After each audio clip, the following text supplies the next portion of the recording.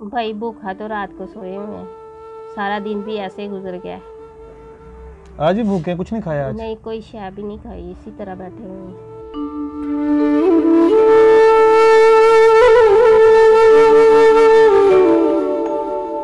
माँ की ख्वाहिश होती है अपनी बेटी को हर चीज़ दे, बिस्तरे वगैरह हो, सारा कुछ हो जो घर का होता है, सामान वगैरह सारा दूँ। ये मेरे दिल पे है अब खुशी कि अल्लाह मियाँ इसकी किसी तरह भी मदद हो जाए, मैं अपनी बेटी को घर से उठा दूँ। कैसे उठाएंगी? आपके पास तो खाने के लिए नहीं, रहने के लिए कुछ नहीं है। लोग तो ऐसे फैमिली के साथ रिश्ता नहीं करते। भाई कुछ समझ नहीं आ रही।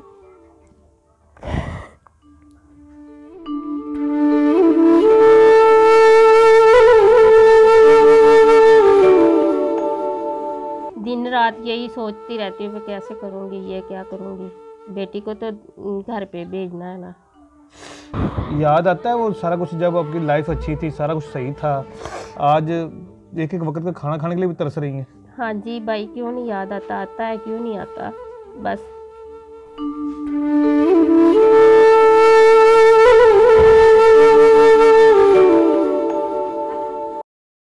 अस्सलाम वालेकुम नाज़रीन, मैं हूं आपका मेज़बान अहमद गौहर। नाज़रीन, जब गुर्बत घर पे डेरे डालती है तो बड़ों बड़ों की चीखें निकलवा देती है। आज हम आपको एक ऐसी ही फैमिली से मिलवाने जा रहे हैं कि जिनकी स्टोरी और जिनकी हालत देख के यकीनन आप भी आप दीदा हो जाएंगे।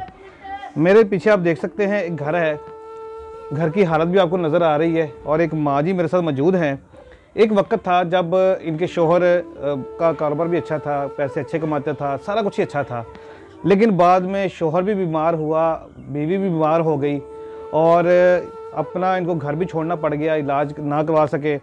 और इस वक्त ये अपनी किसी सहेली के, किसी दोस्त के घर पे बरामदे के अंदर थोड़ा सा सामान रख के बेचारी ये खुले आसमान के नीचे ज़िंदगी गुजारने पे मजबूर है। आइए इनसे बात करते से जानते हैं ये सारा मामला कैसे हुआ है। आइए मेरे साथ। अस्सलाम वालेकुम। वालेकुम अस्सलाम। माँ जी, मुझे बताएं कि क्या हुआ है आपके साथ? आपकी लाइफ अच्छी चल रही थी, पैसे कमाता था शोहर, आपकी अच्छी लाइफ थी, कैसे गुर्बत आ गई आपके ऊपर? बस भाई मेरा मियाँ बीमार हो गया, बहुत अच्छी ज़िंदगी गुजारी है, अब वो चीज़ नहीं रह गई।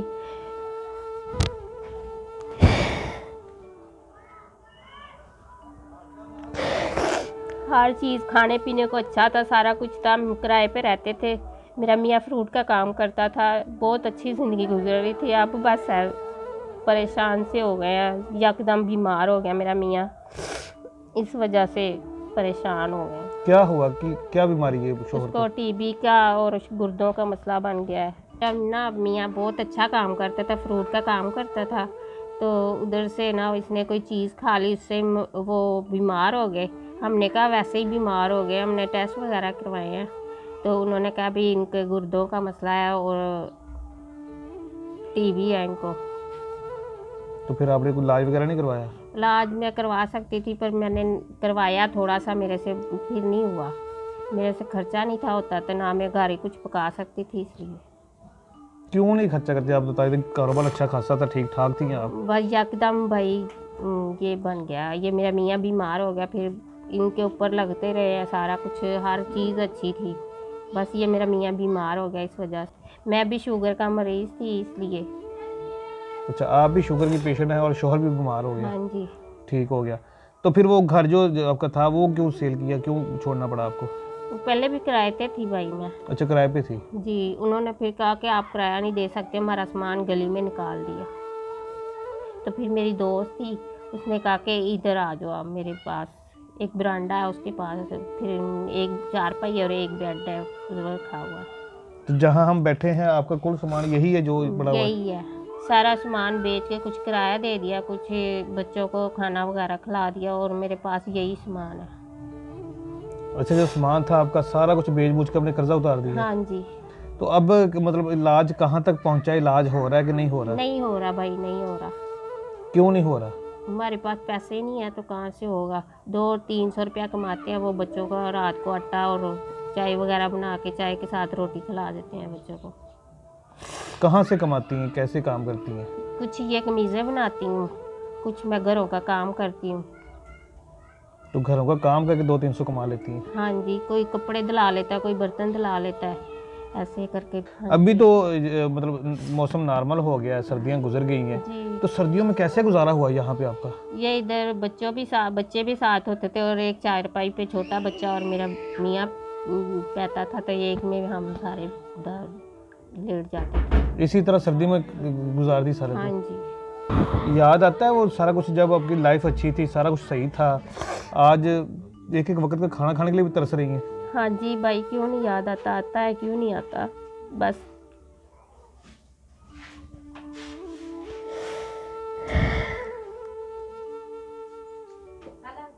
कोई रिश्तेदार, कोई माँ बाप, कोई बहन भाई नहीं है आपको संभालने नहीं, वाला? कोई भी नहीं संभालता।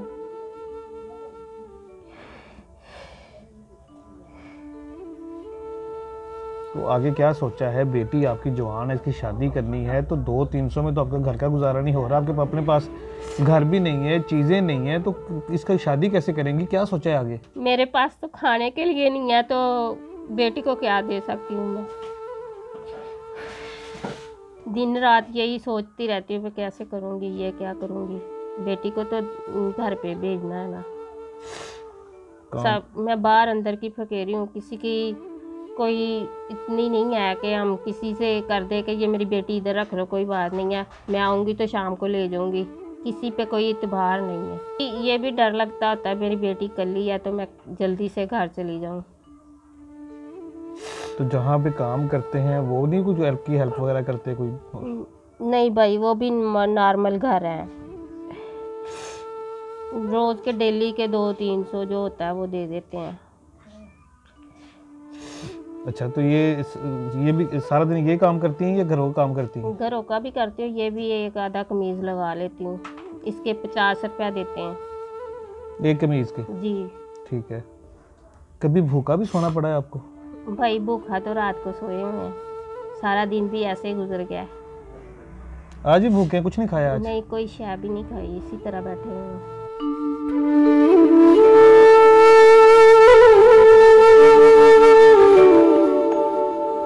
क्या ख्वाहिश है माँ को अपनी बेटी की शादी करने के लिए? माँ की ख्वाहिश होती है अपनी बेटी को हर चीज़ दे, बिस्तरे वगैरह हो, सारा कुछ हो जो घर का होता है, सामान वगैरह सारा दूँ। ये मेरे दिल पे है अब खुशी कि अल्लाह मियाँ इसकी किसी तरह भी मदद को हो जाए, मैं अपनी बेटी को घर से उठा लूँ। कैसे उठाएंगी? आपके पास तो खाने के लिए नहीं, रहने के लिए कुछ नहीं है। लोग तो ऐसे फैमिली के साथ रिश्ता नहीं करते। भाई कुछ समझ नहीं आ रही।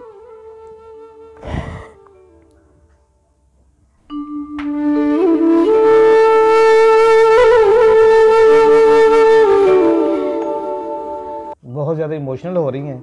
आप आइडिया कर सकते हैं कि वो एक कहावत है ना कि जब इंसान के ऊपर बुरा वक्त आता है ना, तो उसके अच्छे दिन जो होते हैं ना वो उसको कभी नहीं भूलते, लेकिन जब किसी गरीब के ऊपर अच्छा वक्त आ जाए ना तो वो अपना वक्त फौरी तौर पर भूल जाता है। तो आप आइडिया कर सकते हैं कि एक बंदा अच्छी लाइफ गुजार रहा हो, हर चीज़ बेहतरीन हो, तो बाद में यकदम जब गुर्बत आ जाए, आपके पास खाने के लिए भी एक टाइम का खाना भी ना हो, तो क्या हालत हो सकती है। और जैसे वो बता रही हैं कि आप मेरे पीछे देख भी रहे हैं कि जवान बेटी है, इसकी शादी करनी है और किसी के घर पे पनाह लेके बैठी हुई, ये हालत आप देख सकते हैं कि ये ही सारा कुल साजो सामान है जो इनके पास मौजूद है। ये एक छोटा सा बेड है टूटा सा, और ये बिस्तरे हैं, और ये चूल्हा है जहाँ पे ये खाना शाना अपना बना के और सारा गुजारा वगैरह कर रही है। तो ख्वाहिश आप समझ सकते हैं कि माँ की जो ख्वाहिश होती है कि अपनी बेटी के लिए जो भी हो सकता है, जो भी कर सकती है वो लाजमी करे, उसके लिए अच्छा जहेज़, अच्छा रिश्ता, हर चीज़ जो है ना वो अच्छा सोचती है। लेकिन हालत आपके सामने है, आपकी जो है ना वो हेल्प की मुंतज़िर है। जैसा कि आप जानते हैं कि आगे रमज़ान आ रहा है और आपने ज़कात देनी है। यकीन करें ये वो सही हकदार लोग हैं आपकी ज़कात के, ये वो मुस्तहिक लोग हैं जिन पर आपकी ज़कात लगेगी और आपकी आखिरत संवरेगी। बेटा मुझे बताएं कि क्या ख्वाहिश है आपकी शादी के लिए, क्या होना चाहिए आपके लिए?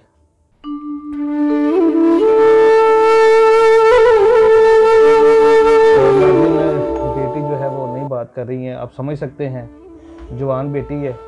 और थोड़ा सा आपको पता है जो सफ़ेदपोश लोग होते हैं ना, उनको ये भी थोड़ा सा मसला होता है कि मतलब किसी के आगे हाथ फैलाना या किसी से मांगना या मतलब इस तरह की लाचारी शो करना भी जो ना वो बड़ा इज्जत नफ्स का मसला होता है।